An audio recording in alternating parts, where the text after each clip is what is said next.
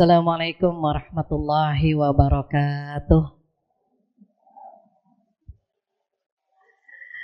Alhamdulillahilladzi allafa baina qulubina fa asbahna bi ni'matihi ikhwana. Asyhadu an la ilaha illallah wahdahu la syarikalah wa asyhadu anna Muhammadan abduhu wa rasuluhu la nabiyya ba'dah. Alhamdulillah dan alhamdulillah dengan izin Allah kita bertemu kembali hari ini. Dan alhamdulillah saya senang sekali melihat ibu-ibu solehah begitu semangat ya. Jarang-jarang ada pengajian di hari libur yang hadir banyak. Apalagi bapak-bapaknya ikut hadir di sini. Mudah-mudahan berkenan ya Pak ya untuk betah di majelis ilmu. Harapan kita semuanya, doa kita semuanya semoga yang hadir hari ini Allah berikan kesehatan, Allah berikan umur yang panjang, rezeki yang berkah, rumah tangga yang sakinah, anak-anak yang soleh-solehah. Mudah-mudahan kita semua dikumpulkan di jannah. Amin ya rabbal alamin. Tak lupa salawat dan salam kita sampaikan kepada kekasih kita Rasulullah Sallallahu Alaihi Wasallam yang begitu bangga memberikan kabar gembira untuk kita semuanya bahwa seluruh umat Nabi Muhammad Sallallahu Alaihi Wasallam menjadi penghuni surga. Kullu ummati yadkhulunal jannah illa man aba. Seluruh umatku akan menjadi penghuni surga kecuali yang tidak mau. Yang hadir di sini semua mau ya insya Allah. Tapi beliau menyampaikan ada yang tidak mau. Maka ditanya sama sahabat, siapakah mereka yang tidak mau? Beliau menjawab, man ata'ani dakhalal jannah wa man asani faqad aba. Barang siapa yang taat kepadaku dialah orang-orang yang mau masuk surga. Dan barang siapa yang bermaksiat kepadaku dialah orang-orang yang tidak mau masuk surga. Alhamdulillah langkah kita dimudahkan ke tempat yang indah ini. Mudah-mudahan di hari kiamat nanti termasuk umat Nabi Muhammad Sallallahu Alaihi Wasallam yang mendapatkan syafaat dari Rasulullah Sallallahu Alaihi Wasallam dan bisa bersama beliau di surga nanti insyaallah. Amin ya rabbal alamin. Tema kita hari ini melanjutkan tema sebelumnya, sebulan atau 2 bulan sebelumnya ya? Sebulan. Oh 2 bulan. Jadi 2 bulan sebelumnya itu tema kita tentang masuk surga bersama keluarga bagian pertama. Karena ada 8 poin, maka tidak bisa diselesaikan dalam satu pertemuan. Dari wajahnya ada yang newcomer ya, yang baru datang, ada yang sip-sipan ngajinya, khawatir yang kemarin belum dapat infonya gitu ya. Maka saya refresh sedikit, mohon ridho yang sudah dapat ilmunya. Untuk mendapatkan surga bersama keluarga, yang pertama adalah berpegang teguh dengan agama Allah. Ibu-ibu solehah dan bapak-bapak yang soleh boleh buka surat Ar-Ra'd, surat ke-13, ayat 20 dan 21. Di ayat itu Allah memberikan bocoran kepada kita bahwa kalau mau masuk surga, jangan keluar dari agama Allah. Bahkan Allah berfirman, a'udzubillahi minasyaitonirrajim, wala tamutunna illa wa antum muslimun. Jangan kamu mati kecuali dalam beragama Islam. Kok ada yang murtad gitu ya? Ada yang menjelang kematiannya mu'allaf, ada yang justru ketika akan wafat justru murtad. Gimana bisa demikian?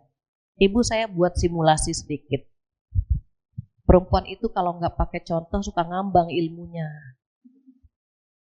Gini, ini zona nyaman. Orang selamat. Kalau ke kanan ke surga, perjalanan ke surga. Kalau ke kiri ke neraka. Anak-anak yang belum baligh itu ketika meninggal masuk surga. Karena belum mukallaf, belum ada tanggung jawab di hadapan Allah Subhanahu wa Ta'ala.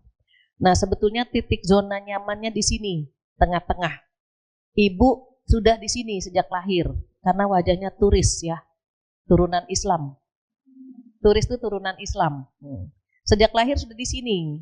Terus alhamdulillah kita sholat ke kanan tuh, ngaji ke kanan gitu ya.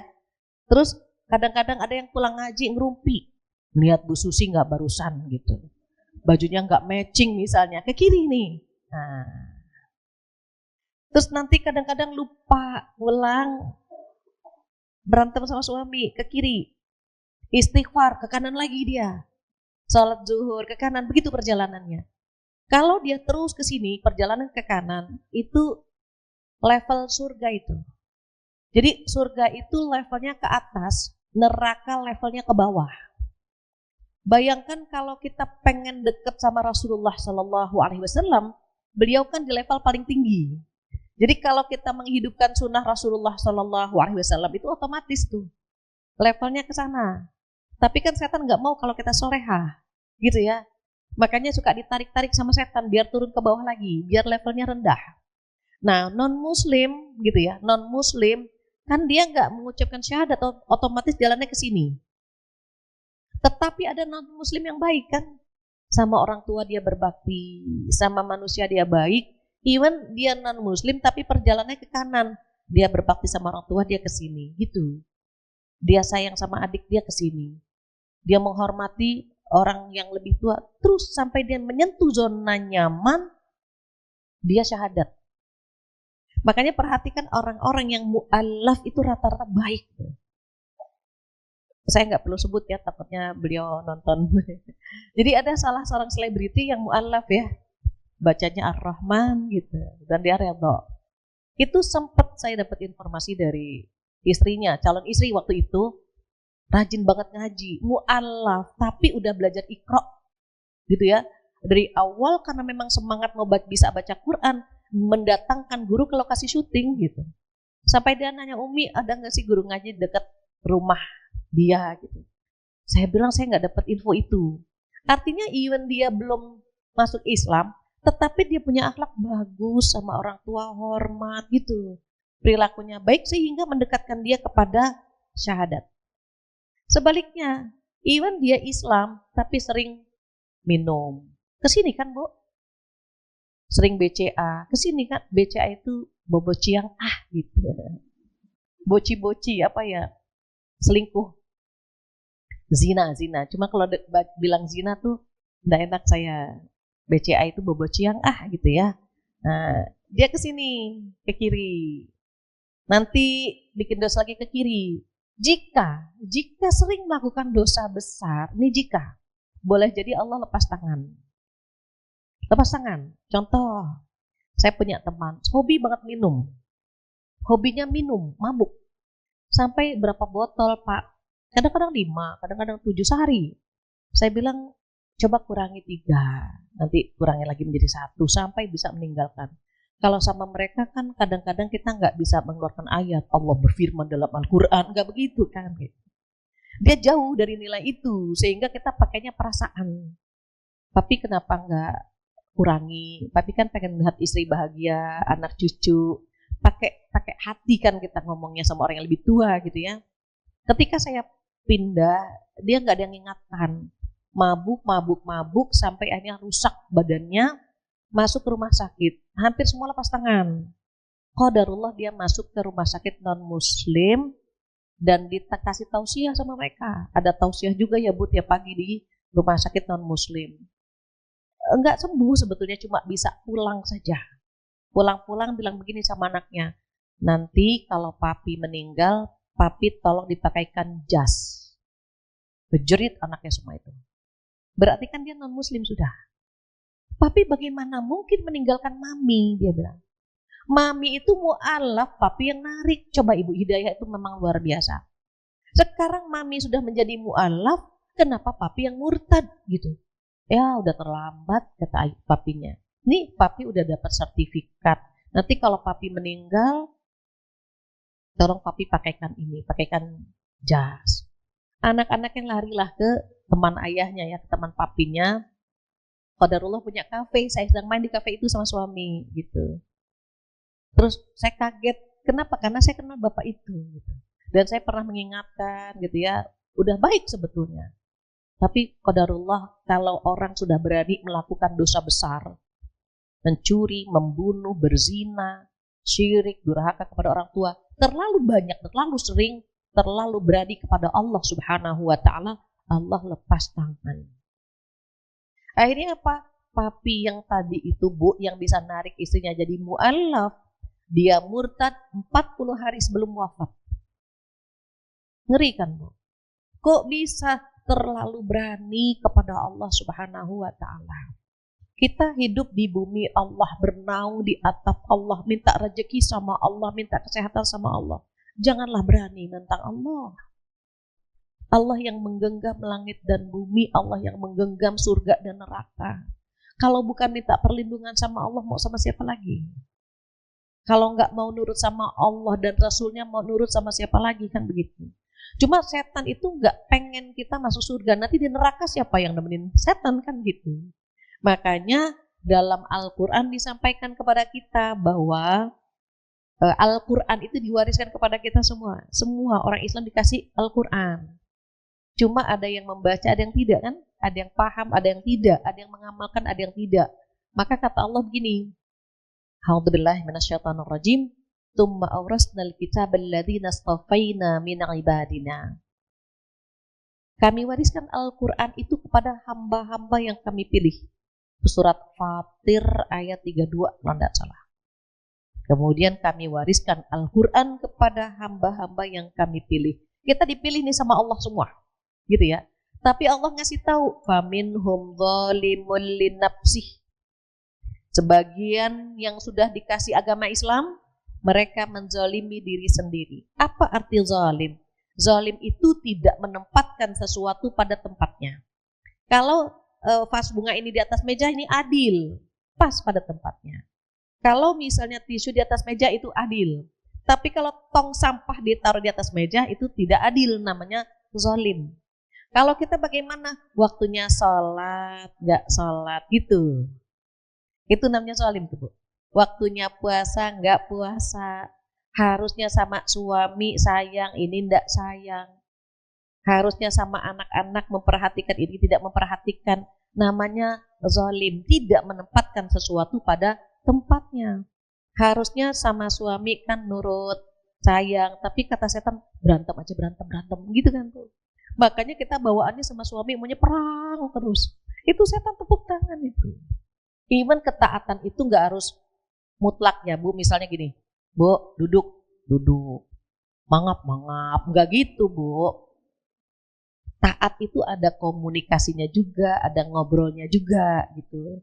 Sama seperti Aisyah radhiyallahu anha, ketika melihat Rasulullah nyisir, Aisyah komen dong, ya Rasulullah sallallahu alaihi wasallam, malam-malam nyisir mau ngapain, kan gitu. Apa kata Rasulullah sallallahu alaihi wasallam? Ya Aisyah, aku khawatir dalam dirimu ada setannya, maksudnya cemburu buta. Apa jawab Aisyah? Ya mungkin dalam diriku yang ada setannya, mungkin dalam dirimu, gitu. Dan Rasulullah tersenyum, berarti istrinya pinter. Beliau nggak bilang, Aisyah aku nabi, astagfirullah. Enggak. Engkau benar ya Aisyah. Dipuji istrinya, dipuji dulu, Bu. Engkau benar ya Aisyah, dalam diri kita ada setannya semua, kecuali aku, karena Allah melindungiku. Maka jika ada umatku bermimpi melihatku, maka itulah wajahku yang sebenarnya, karena setan tidak bisa menyerupai aku. Begitu. Jadi dialog kan, Bu, ada dialog antara Rasulullah SAW dengan Aisyah, begitu. Maka usahakan kita bukan tipe nomor 1, walaupun orang Islam, tapi bukan tipe nomor 1 yang zalim. Yang kedua apa? Yang kedua kata Allah, wa minhum muqtasid. Dan sebagian dari kalian itu muqtasid, apa, ekonomis, 50-50. Soleh, kadang-kadang toleh. Gitu. Toleh itu kebalikannya soleh ya. Sama suami seneng, tapi sama suami orang kadang-kadang seneng gitu. Naudzubillah kan, Bu. STMJ. Salatnya terus tapi maksiat jalan. Kita nggak tahu, Bu, jangan-jangan kita nomor 2. Kita salatnya jalan tapi ngerumpi tetap jalan kan gitu. Kita kadang-kadang kalau disuruh dilarang ngerumpi, kita langsung ke kelurahan minta SKTM, surat keterangan tidak mampu. Nggak bisa kita nggak ngerumpi. Bayangkan dalam waktu 1 hari perempuan mengeluarkan 20.000 kata. Sementara laki-laki hanya 7.000. Jadi bapak-bapak harus paham. Kalau ibu-ibu itu cerewet banget, ngomel, ngoceh terus. Karena perempuan itu kalau nggak ngemil, ngemol. Kalau nggak ngemol, ngomel. Udah. Di bazar itu paling banyak perempuan itu. Even dia nggak belanja, cuma cuci mata, tapi seneng gitu. Memang seneng ngemol gitu. Nonton TV, ngaji, cemil kan gitu. Kalau udah capek, ngomel, udah habislah kita. Jadi perempuan itu kadang-kadang lisannya tajam, tapi nanti dia istighfar. Ngomel anak, tapi nanti gitu kan Bu. Jangan-jangan kita di level nomor 2. Ngaji, tapi dosa yang lain kita lakukan. Sayang sama suami kita, tapi drakor masih kita lihat. Ih ganteng banget sih, ya Allah. Kalau yang ini hidungnya takabur, kalau yang di rumah tawadu hidungnya. Masih kadang-kadang mungkin kita mengkomparasi yang di rumah dengan yang di luar. Apalagi mohon maaf ya, kalau perempuan itu kan ujiannya di barang-barang branded. Kalau laki-laki itu ujiannya di perempuan. Makanya ibu-ibu soleha harus pandai-pandai menempatkan posisi sebagai istri. Rapihlah di rumah gitu. Jangan sampai di luar suami kita bilang Masya Allah, Masya Allah. Pas pulang ke rumah astagfirullah. Kenapa? Ujian laki-laki di sana Allah yang ngasih tahu semua. Jadi ujian laki-laki di perempuan, ujian perempuan di barang-barang branded. Makanya kalau ibu-ibu ke mall, bapak bilang gini, nih kartu bawa, gesek aja, beli aja. Loh, papa di mana? Papa duduk aja di sini. Kenapa? Buat papa yang lalu lalang itu yang menyenangkan. Jadi sama-sama seneng. Bapaknya seneng, ibunya seneng, ngobrak-ngabrik barang-barang branded kan. Diskon murah banget gitu. Itu kesenangannya sudah disebutkan dalam Al-Quran gitu. Maka saat kita masih di kelas 2, berusaha naik ke kelas 3. Tapi jangan turun ke kelas 1. Kelas 3 apa kata Allah di situ? Wa minhum sabiqun bil khairat. Kelompok nomor 3 itu kata Allah yang selalu berlomba-lomba. Bahasa mudahnya selalu duluan. Pertama dia terus gitu. Yang pertama ke masjid dia, yang sedekah dia, yang nengok orang sakit dia, yang sholat malam dia gitu. Seperti Rasulullah SAW ketika bertanya ya kepada para sahabat waktu di suatu majlis, siapa di antara kalian yang semalam sholat malam? Angkat tangan semua tuh. Siapa yang semalam sholat malam dan hatam 1 kali? Mulai turun, kita udah turun dari awal mungkin. Angkat tangan, Abu Bakar masih begini. Siapa yang semalam sholat malam, hatam 1 kali dan sedekah? Mulai berkurang, Abu Bakar masih seperti ini. Siapa yang semalam tahajud juga, hatam juga, sedekah juga, nengok orang sakit juga, hanya Abu Bakar yang masih tetap seperti ini. Apa artinya? Oh, Abu Bakar imannya tak tertandingi. Maka apa kata Rasulullah SAW? Seandainya iman Abu Bakar ditimbang dengan iman seluruh umat Nabi Muhammad SAW, maka imannya Abu Bakar tidak akan pernah terkalahkan. Jadi wajar kalau ada surga. Ibu nanti karena kita pengen masuk surga ya Bu ya, surga itu ada yang VIP, ada yang reguler. Kita masuk reguler itu alhamdulillah banget gitu ya. Yang VIP itu siapa? As-sabiqun as-sabiqun ulaikal muqarrabun. Ayatnya itu. Orang yang duluan berjihad di jalan Allah, yang duluan masuk Islam, yang duluan gitu Bu. Para nabi, para rasul, para sahabat, salafus soleh itu masuknya surga VIP. Itu ada dalam Al-Quran di surat Al-Waqi'ah. Tetapi mayoritas VIP itu sudah ditempati oleh mereka, orang-orang terdahulu. Ada kuota, tapi sedikit untuk orang-orang yang akhir zaman. Jadi ada Bu, Rasulullah Allah Subhanahu wa taala ngasih bocoran, ada kelas VIP masih ada, tapi kuotanya sedikit gitu. Kayaknya yang paling banyak kuotanya buat yang reguler. Mungkin kita Bu, kita kan sholat nggak duluan-duluan banget kan Bu. Masih, ya Allah mana lapar ya Allah, Engkau tahu kan ya Allah, hamba makan dulu ya Allah ya, makan dulu kita. Habis makan rebahan sampai sendawa. Nggak cepet-cepet banget gitu ibadah gitu.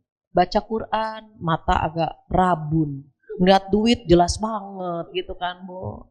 Mau baca Quran atraksinya banyak, cari bantal dulu, cari cemilan, padahal cuma 2 halaman.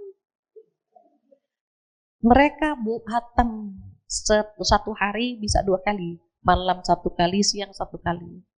Beda ya Bu, maksudnya seperti langit dengan bumi, makanya wajar kalau mereka di kelas VIP. Sholat khusyuk itu makanan sehari-hari Bu. Kalau nggak khusyuk marah aneh. Aduh celaka nih nggak khusyuk, langsung sedekah 1 bidang tanah Bu. Kita kan kalau khusyuk malah bingung, kok tumben khusyuk gitu Bu. Malah lupa ini kedua atau ketiga. Pas khusyuk malah lupa, kedua atau ketiga kan Bu. Jadi ini sajadah, apalagi sajadah begini, banyak bunga-bunganya nih. Kita kadang-kadang, oh bunganya sebelah gini 3, yang sebelah sini berapa? Iya. Sajadah polos, malah terinspirasi, cocok jadi baju seragam gitu Bu. Nggak bisa kita mau khusyuk tuh Bu. Jadi kata Allah yang masuk kelas VIP itu yang berlomba-lomba dalam melakukan amal soleh. Itu kenalan ya Bu, even kita sama-sama muslim, muslimah, tapi kelas kita berbeda. Jangan kelas 1 yang menzolimi diri sendiri karena kita baru kelas 2. Jangan turun, lagi naik Ibu. Lagi berusaha naik ke kelas 3. Itu yang ke-1. Pengen masuk surga, tetap jaga keimanan sampai akhir usia. Yang kedua apa? Yang kedua, walladzina yasiluna ma amarallahu bihi ayyusal. Silaturahim. Detailnya Ibu tanya sama yang kemarin ngaji ya 2 bulan yang lalu. Macam-macam silaturahim, benefitnya, kelasnya, itu sudah dibahas. Karena hari ini kita mau membahas yang kedua. Neng, kemarin sampai nomor berapa ya Neng? Baru 2 ya? Oh, kemarin baru nomor 2 Ibu. Nanti untuk silaturahim ada yang umum, ada yang khusus. Ibu dan Bapak duduk di sini nih silaturahim umum. Kalau yang khusus itu yang ada hubungan darah, namanya silaturahim khusus. Pahalanya besaran mana? Pasti besaran yang khusus. Tapi kelasnya ada 1, 2, 3, Ibu nanti minta contekannya sama yang sudah ngaji kemarin. Biar saya nggak ngulang lagi. Jadi yang kedua adalah orang-orang yang rajin silaturahim. Hati-hati dengan gadget. Nih ada gadget, ada grup, sehingga kontak body jadi jarang. Paman, bibi kumpul di situ. Kalau dulu om kita sakit, kita langsung nengok Bu. Datang ke rumah sakit nengok. Kalau sekarang om sakit, semoga om lekas sembuh. Kopas doanya Bu. Yang lain amin, amin, amin, amin sampai ke bawah. Nggak ada yang nengok. Silaturahim itu sudah mulai berkurang. Mohon maaf, beda Bu dengan zaman dahulu, orang tua kita nuntun ke rumah kakak, ke rumah adik, ke rumah gitu kan Bu, ke rumah nenek, itu kita dituntun sama orang tua kita. Anak-anak sekarang, Mak mau ikut nggak? Aku di rumah aja. Kenapa? Ada gadget. Dulu kan nggak ada gadget. Jadi orang tua kemana saja ikut. Silaturahim itu menjadi aktivitas rutin bulanan yang kita bisa lakukan. Kalau mau masuk surga, Ibu silaturahimnya dipersering. Garansinya keren, umurnya panjang, rezeki berkah. Makanya Ibu wajahnya awet muda ya. Dia bisa jadi rajin silaturahim. Walaupun banyak masalah sebetulnya ya. Kayaknya ya orang hidup kan punya masalah pasti Bu gitu. Nggak usah jauh-jauh, duduk aja di pengajian berapa gonta-ganti kaki saya perhatikan. Kanan ke kiri, kiri ke kanan gitu ya. Udah berapa kali ganti kaki. Tapi sabar, ini kita dapat pahala silaturahim insya Allah. Apa yang ketiga? Kata Allah di sini wa yakhshawna rabbahum. Mau masuk surga bersama keluarga, tanamkan yakhshawun. Yakhshawun itu takut sama Allah. Hari ini kita kenalan lagi. Kita sering beribadah. Pertanyaannya, motivasi ibadah kita karena apa? Ikhlas itu ada 3 kelas, model ibadah itu ada 3 kelas. Kita kelas berapa? Yang paling tahu kita sama Allah. Kalau ibadah kita motivasinya karena rasa takut, itu kelas 1. Contoh, kita lagi tidur, tiba-tiba adzan berkumandang. Allahu Akbar, Allahu Akbar. Kita dengar kan Bu? Tapi pasti kita udah gak nyenyak tidur. Kenapa? Karena mau sholat. Pengen nyoba-nyoba gak sholat, oh gak akan pernah berani. Sekali-kali gak sholat gak akan pernah berani. Kenapa? Karena kita takut. Gak sholat kan dosa. Begitu. Ketika kita punya rasa takut sama Allah, itu kelas 1. Kata Imam An-Nawawi apa? Menurut Imam An-Nawawi, kelas 1 ibadahnya seperti seorang hamba sahaya yang takut sama majikan. Disuruh melakukan dosa, kita gak mau, takut. Ada seorang ibu nanya ke saya gini, Bu Fatia, saya tuh satu ruangan udah selingkuh semua. Tinggal saya yang belum selingkuh, katanya.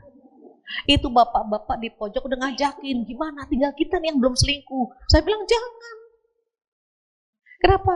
Dosa. Oh iya ya, takut ya. Bukan takut ketahuan, takut dosa, saya bilang. Jadi ya udah jangan diiyakan, karena dia tinggal ya kita katanya yang belum selingkuh. Ya jangan. Artinya apa? Kalau kita takut dosa, itu kelas 1. Ada rasa takut. Diajak, Mbak ngebunuh dia yuk, saya bagian leher, Mbak bagian kaki. Enggak, takut kita. Kenapa takut? Itu kelas 1. Sekali-kali lu buka jilbab, gak berani kita.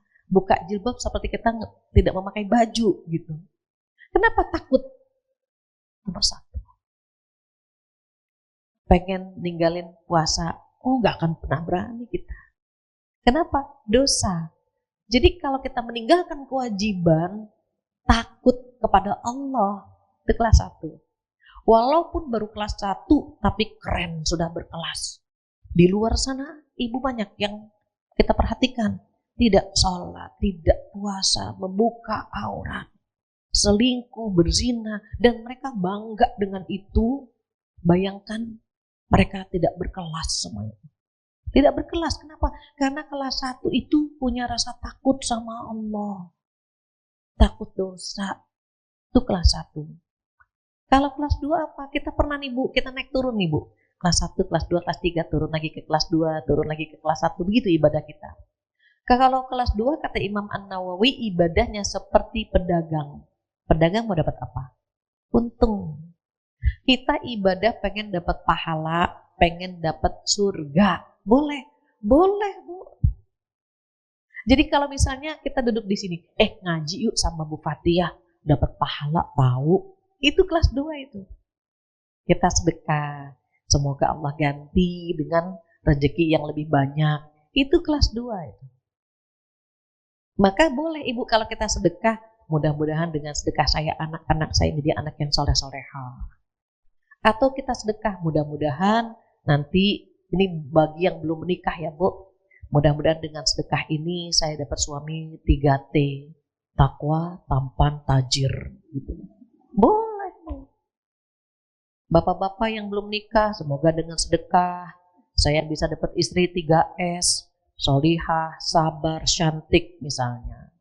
Cantik hatinya, cantik parasnya, boleh, boleh. Ketika pamrihnya sama Allah, silahkan. Pengen dapat surga? Boleh Ibu. Bahkan Allah menyebut itu di surat Al-Imran ayat 133. Apa kata Allah? A'udzubillahi minasyaitonirrajim. Wasari'u ila maghfiratim min rabbikum wa jannah. Ada kalimat jannah. Apa artinya?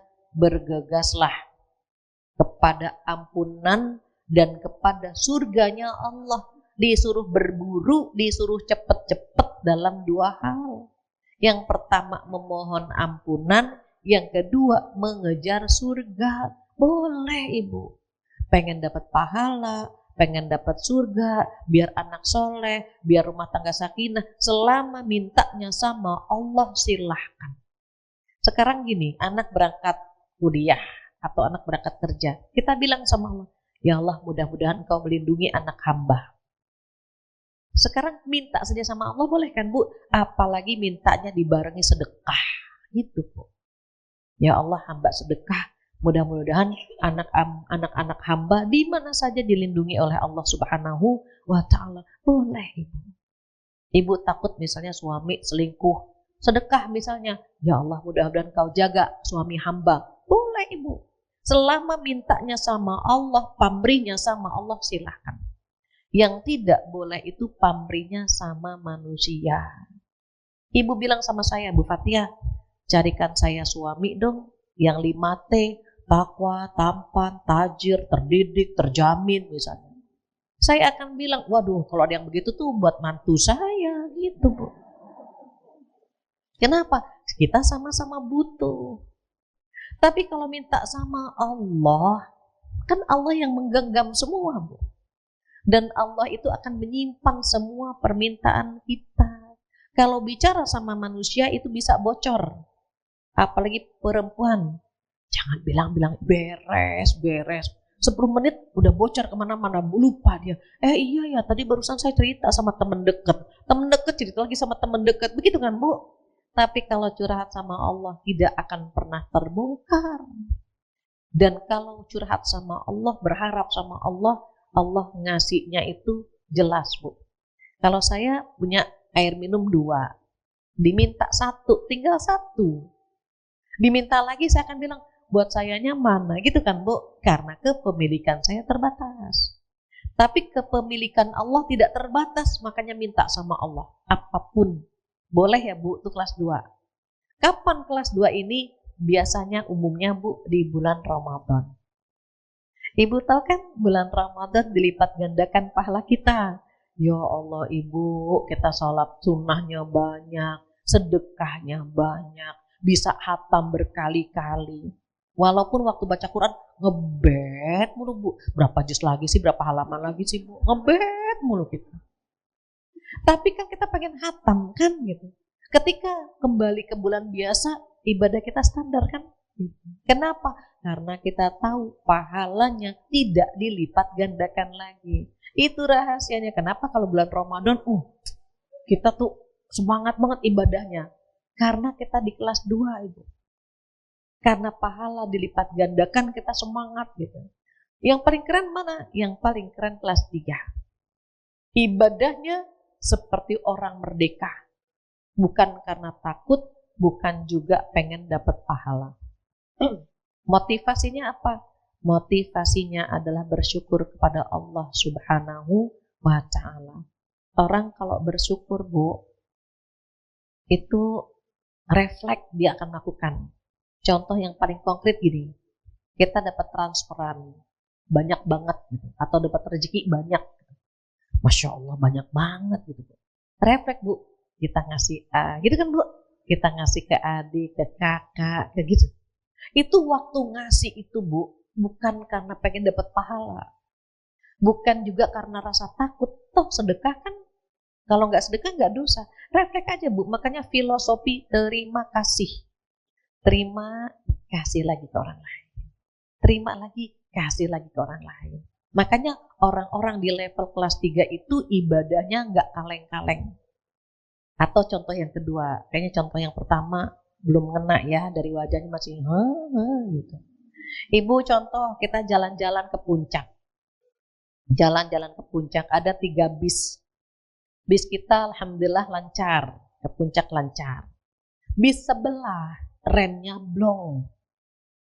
Kalau remnya blong, panik kan Bu, yang di dalam udah astagfirullah. Nauzubillah, bis itu tuh jatuh Ibu ke jurang. Ada di antaranya, ya Allah tengok ke kanan, ya Allah meninggal. Tengok ke kiri, ya Allah berdarah-darah. Sementara dia selamat Ibu. Apa yang akan dia lakukan? Pasti dia akan sujud, syukur ya Allah, hamba selamat ya Allah. Dia meninggal, ya ini luka parah, hamba selamat ya Allah. Langsung sujud, syukur. Waktu sujud apa karena mikirin pahala Bu? Enggak. Apa karena takut? Tidak Ibu. Itu yang disebut dengan ibadahnya itu dorongannya, motivasinya karena rasa syukur. Orang kalau bersyukur kepada Allah Subhanahu wa Ta'ala, itu nggak akan pernah perhitungan ibadahnya. Itu yang dilakukan Rasulullah Shallallahu Alaihi Wasallam. Kakinya bengkak. Sampai kata Aisyah, ya Rasulullah Shallallahu Alaihi Wasallam, bukankah engkau sudah dijamin masuk surga? Bukankah sudah diampuni semua dosa-dosamu? Kenapa ibadahmu seperti ini? Apa jawaban beliau? Afala akunu abdan syakura?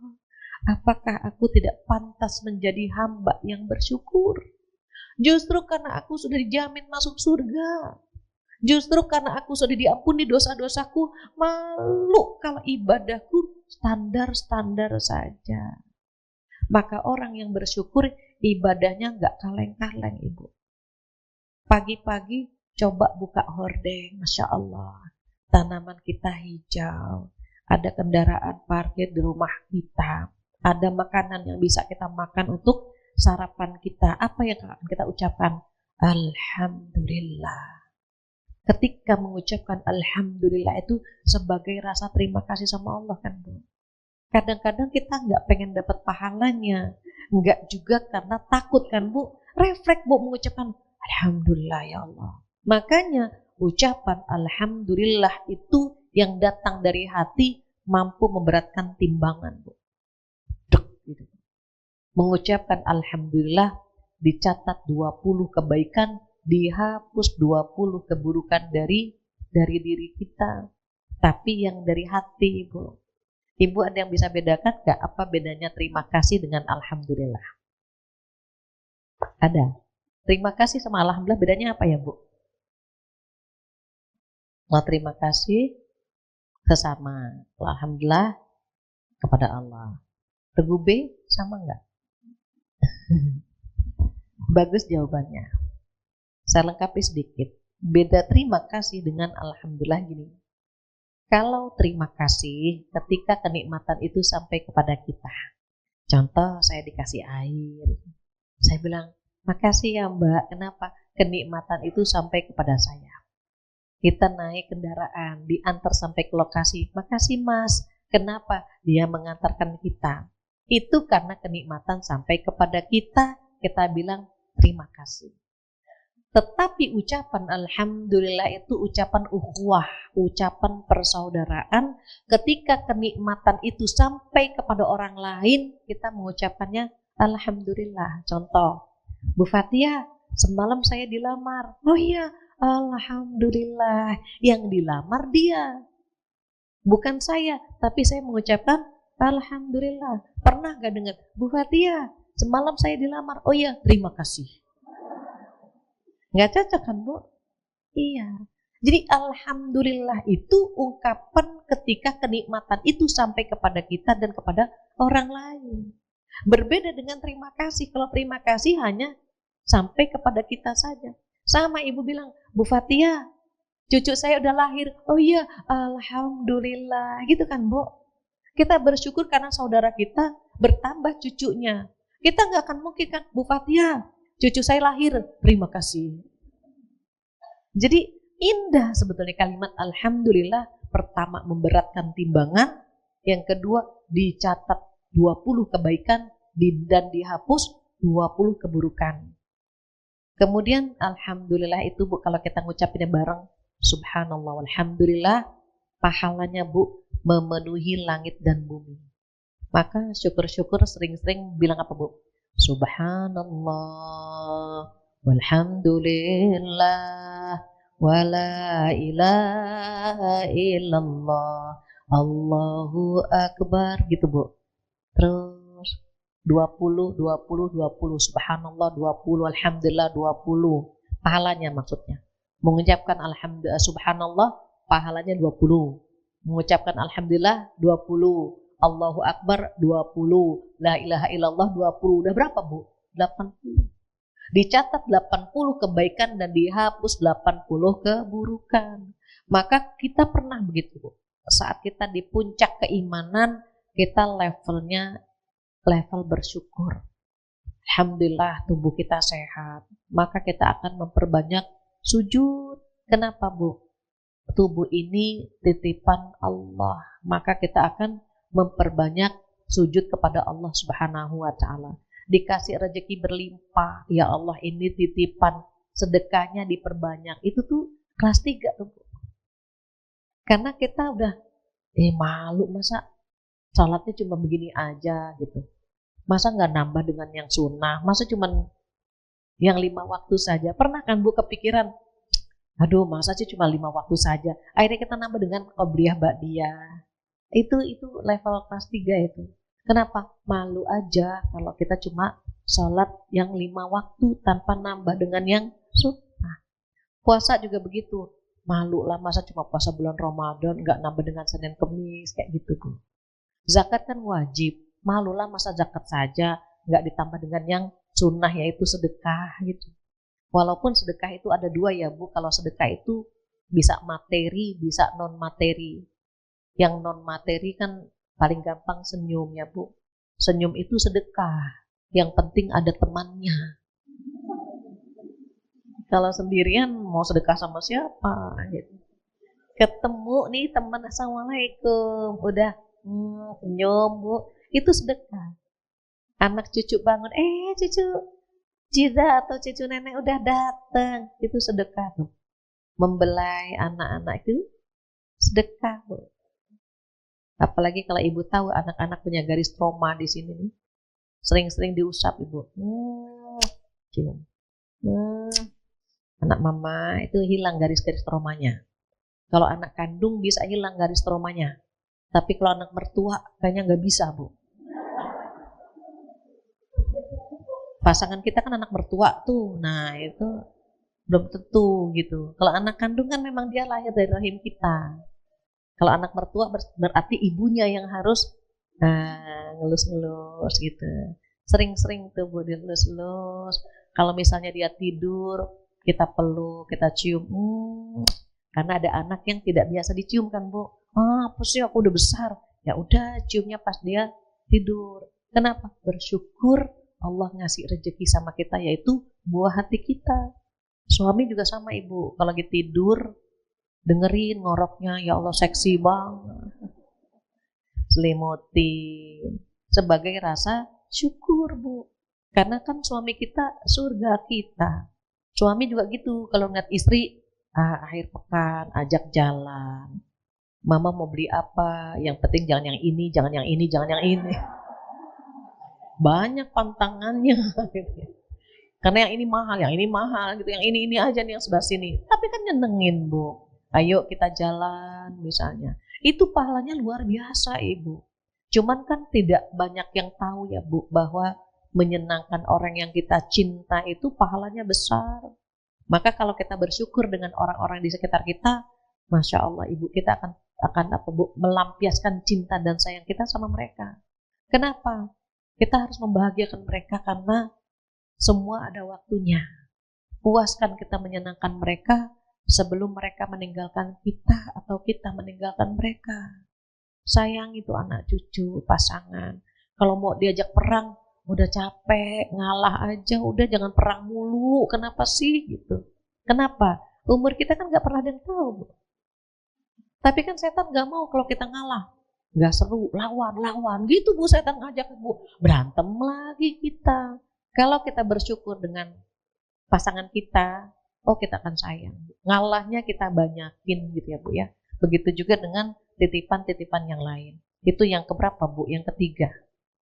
Yang keempat, nah ini. Di ayat ke-21, wa yakhafuna su'al hisab. Yang keempat, takut dengan hisab yang buruk. Kita 4 aja ya Bu. Kemarin 1 dan 2, hari ini 3 dan 4. Mudah-mudahan umur kita panjang. Bisa bertemu lagi melanjutkan yang ke-5 dan 6. Jadi di sini untuk masuk surga bersama keluarga, Ibu takutlah dengan hisab yang buruk. Apa sih hisab? Hisab itu tuh hitung-hitungan Bu. Bahasa mudahnya gini. Ini kita hidup nih Bu. Kita sedang transaksi dengan Allah. Dan Allah ngajak kita bisnis. Itu ada di surat As-Saff atau Al-Hujurat ya. Itu saya cek Bu. Ada ayat A'udzubillahi minasyaitonirrajim, ya ayyuhalladzina amanu hal adullukum ala tijaratin tunjikum min 'adzabin alim, begitu bunyinya. Jadi, wahai orang-orang yang beriman, maukah aku tunjukkan bisnis perniagaan yang bisa menyelamatkan kamu dari api neraka. Kita diajak bisnis, Bu, sama Allah. Isinya apa? Isinya itu beriman kepada Allah. Saya lagi ngecek, takutnya di surat sebentar ya Bu, as-sof. Kalau lagi dicari mendadak suka lama. Artinya bahwa Allah Subhanahu wa Ta'ala mengajak kita berbisnis. Ya, as-sof ayat 10. Ayat 10 sampai ayat 13.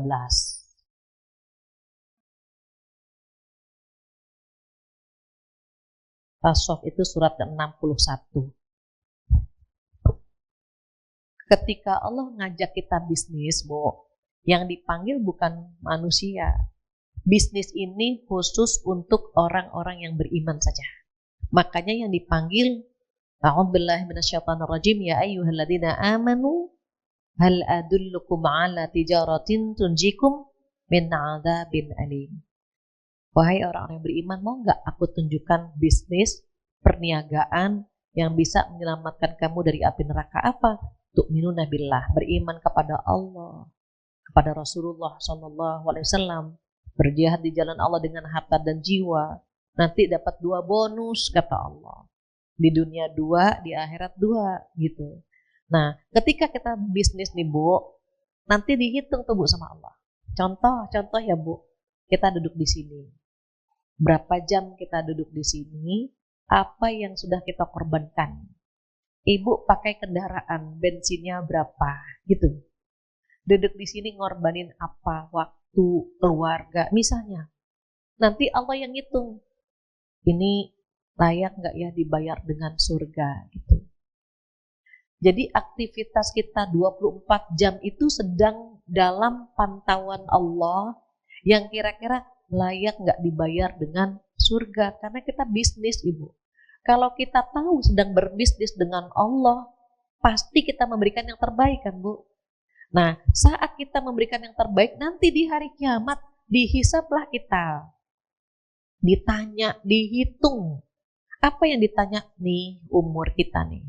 Ibu ada 30-40 ya. Selama 30 atau 40 tahun kamu pakai buat apa? Gitu. Oh, saya habiskan ke pengajian, saya habiskan kerja, saya habiskan gitu, Bu. Itu dihitung tuh, Bu. Kan kita sedang transaksi kan, Bu. Pasti bagi hasilnya kan nanti ada tuh, Bu, di akhirat di dua. Dikasih surga, diampuni dosa-dosa, tapi dihitung dulu, Bu, sama Allah. Ditanya lagi. Kamu punya ilmu, berapa yang kamu amalkan? Ditanya, Bu. Oh, yang saya amalkan misalnya 20%. Terus kamu punya ilmu, pernah nggak misalnya disebarkan? Kayak gitu. Itu ilmu tuh nomor 2. Yang paling panjang yang mana? Ketiga, harta. Harta kamu dapatnya dari mana dan dikemanakan. Maka para ulama berkata apa terkait dengan harta? Halaluhu hisabun wa haramuhu azabun. Halalnya dihisab, haramnya diazab. Kita kan nih, jujur ya, Bu, perempuan kan seneng mengumpulkan barang, menumpuk barang. Dapat jilbab, nyari bajunya. Dapat baju, nyari jilbabnya, gitu kan, Bu. Banyak banget ditumpuk bros, kita beli lagi. Ih, lucu-lucu yang gambar bunga. Nanti ada lagi, ini lucu banget, kenapa? Ada daunnya, beli lagi kan, Bu, gitu. Sampai yang ada tangkainya, kita beli lagi. Kalau bisa ada pot, ada pupuknya juga akan kita beli tuh, Bu. Numpuk tuh, Bu. Nah, nanti kita seleksi tuh yang jarang dipakai yang mana.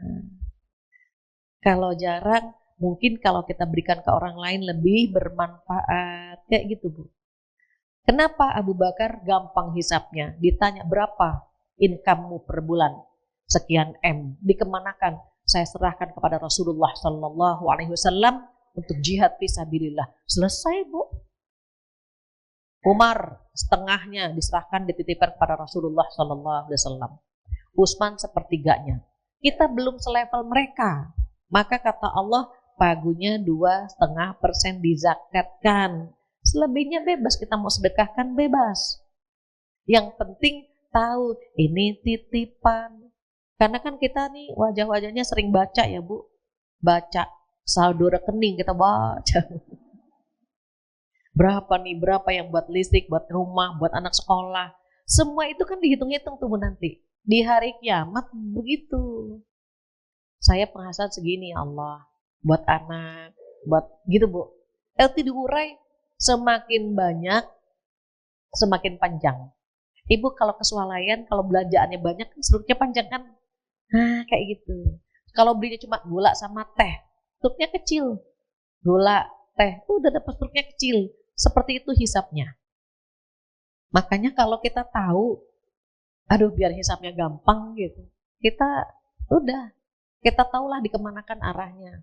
Badan ini dikemanakan, harta dikemanakan, ilmu dikemanakan gitu kan Bu. Sampai yang terakhir capeknya pun ditanya. Orang hidup tuh capek Ibu. Kebanyakan ketawa capek, kebanyakan tidur capek, gitu kan Bu. Kebanyakan jalan-jalan capek loh Bu, lutut Bu. Cuman waktu difoto kan dia senyum-senyum, kita ngiri deh Bu sama dia. Enak banget, jalan-jalan terus. Padahal selesai difoto pada begini-begini Bu. Capek. Cuma kan namanya foto kan pencitraan ya Bu. Suami istri lagi berantem, kamera langsung pegangan, pencitraan. Padahal habis pegangan berantem lagi dia. Pencitraan aja, cuma kita kadang-kadang seakan-akan hidup orang lebih bahagia daripada hidup kita gitu Bu. Rumput tetangga lebih hijau daripada rumput kita. PR-nya sekarang bagaimana rumput kita lebih hijau daripada rumput orang lain, begitu. Jadi kita fokus sama, oh iya kita sedang bertransaksi kepada Allah, biar hisapnya gampang gimana gitu.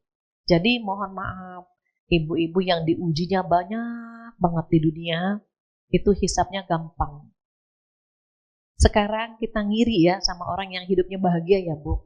Diingat ya Bu, itu bahasanya ya sawang sinawang ya Bu ya. Kita melihat dia enak, dia melihat kita enak gitu kan Bu. Kalau orang pengen jadi kita, kenapa kita pengen jadi orang lain? Kalau ada orang bilang, ibu hidupnya enak banget ya. Alhamdulillah, amin. Didoakan hidup kita enak. Berarti kita pandai menyimpan masalah. Ibu kalau udah dibilang, ibu kayaknya hidupnya enak banget. Kata siapa? Gak usah. Biarkan saja mereka melihat kita hidupnya enak. Enak banget sih, alhamdulillah, alhamdulillah gitu Bu. Enggak usah dikasih tahu.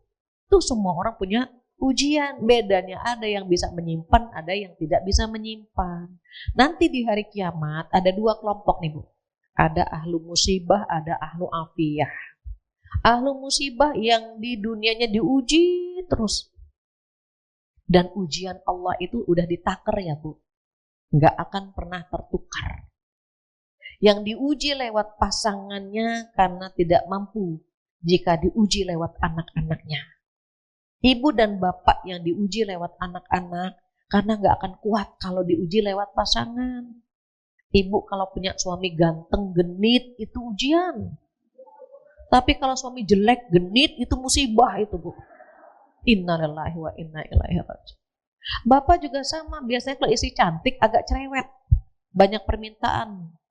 Skincare, makanya kenapa ibu-ibu cantik itu ada skincare, ada suami care. Kalau suaminya nggak care, capek kan Bu, tekanan batin juga gitu. Perawatan jalan tapi hati kita sakit kan gitu. Maka sudah ditakar semuanya. Yang diuji di dunia hisapnya gampang tuh Bu. Nah, berarti dia ahlu musibah, sama Allah diambil dulu nih, dihisap duluan. Ternyata dengan musibah yang dia hadapi digugurkan dosa-dosanya. Masuklah dia ke dalam surga. Setelah beberapa kilometer, bahkan yang berpendapat ribuan kilometer, baru ahlu afiyah yang dipanggil. Apa kata ahlu afiyah? Kalau diulang lagi, kalau di dunia kita dihidupkan lagi, maka aku akan menjadi ahlu musibah. Biar hisabnya gampang. Kalau sekarang kita ngiri sama ahlu afiyah, di hari kiamat kita akan ngiri sama ahlu musibah. Ada kan Bu yang diuji terus ya Bu ya. Nanti badannya sakit, nanti utang melilit, nanti ekonomi sulit, diuji terus. Tapi kan ada yang kayak senang-senang aja gitu. Hisabnya berbeda tuh Bu. Maka kalau kita lagi diuji, alhamdulillah ya Allah, alhamdulillah, mudah-mudahan menggugurkan dosa-dosa. Seperti pohon ini nih Bu.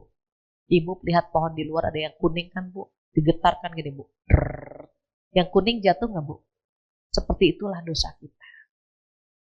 Kalau kita diuji, kita nggak nyaman dengan kehidupan kita, ada rasa yang kita nggak nyaman, capek, kecewa, sedih, semua Bu, semua rasa yang nggak nyaman. Sesungguhnya Allah sedang menggugurkan dosa. Jadi kalau lagi digugurkan dosa, minta dimampukan. Astagfirullahaladzim, ya Allah, mampukan hamba menghadapi ujian-ujian ini. Jangan lari. Sekarang kan banyak yang bundir ya Bu, bunuh diri.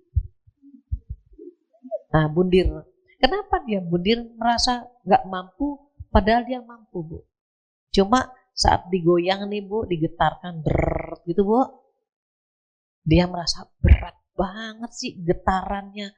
Padahal Allah udah nakar Bu, udah nakar. Allah tidak akan memberikan ujian melebihi kemampuan kita. Jadi berharap sekali, termasuk ibu capek duduk di sini, mudah-mudahan menggugurkan dosa-dosa insya Allah. Demikian yang bisa saya sampaikan. Jadi hari ini kita dapat 2, sebelumnya 2 untuk masuk surga bersama keluarga. Yang pertama apa Bu? Menjaga akidah ya Bu ya. Jangan sampai keluar dari agama Islam. Yang kedua, silaturahim. Ajak mereka untuk silaturahim. Yang ketiga apa Bu? Tanamkan takut kepada Allah. Menanamkan rasa takut kepada Allah Subhanahu wa taala. Dan yang terakhir, takut kepada hisab yang buruk. Hisab yang buruk. Apa sih hisab? Hitung-hitungan. Diaudit nanti harta kita, waktu kita, dan seterusnya. Demikian Ibu. Alhamdulillah sudah jam 11 kurang. Mungkin ada waktu untuk ngobrol-ngobrol jika ada yang ditanyakan.